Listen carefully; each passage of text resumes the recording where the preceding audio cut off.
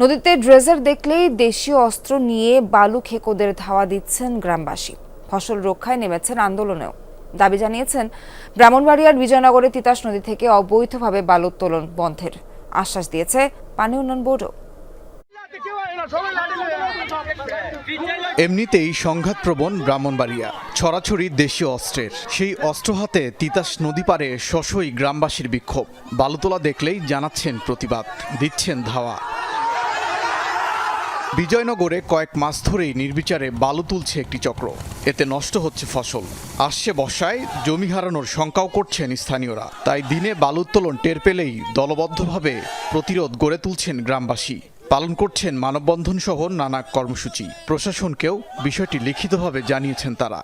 কোনো প্রকার অনুমতি নাই। এরা জোরপূর্বক কিছু নেতা নিয়ে আইসা ওদের জোরে মাটি কাটার চেষ্টা করতেছে। যারা বাধা দিছে তাদেরকে মামলা এই বই দেখাইতেছে, চার্জশিট দেখাইতেছে যে তোমরা এই ডেজারে এই করছো সেই করছো। আমাদের বুকের বোল্ডোজার চালায়েন না, ডেজার চালায়েন না, আমাদের মুখের খাবার কারিয়ে নিয়েন না। আমি জান দিতে রাজি, আমি বালু দিতে রাজি না।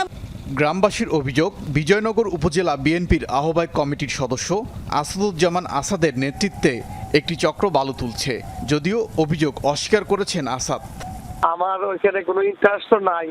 এখানে সম্পূর্ণ একটা রাজনীতিক। এখানে যারা ওই অভিযোগটা আমাকে দেয় তারার বক্তব্য হইল যে এখানে রাজনীতির মাঠে আমার জন্য তারা একটা কোনো সুবিধা করতে পারতেছে না। পানি উন্নয়ন বোর্ড বলছে বিজয়নগরে তিতাস নদীতে 2023 সালে শেষ হয়েছে খনন প্রকল্প।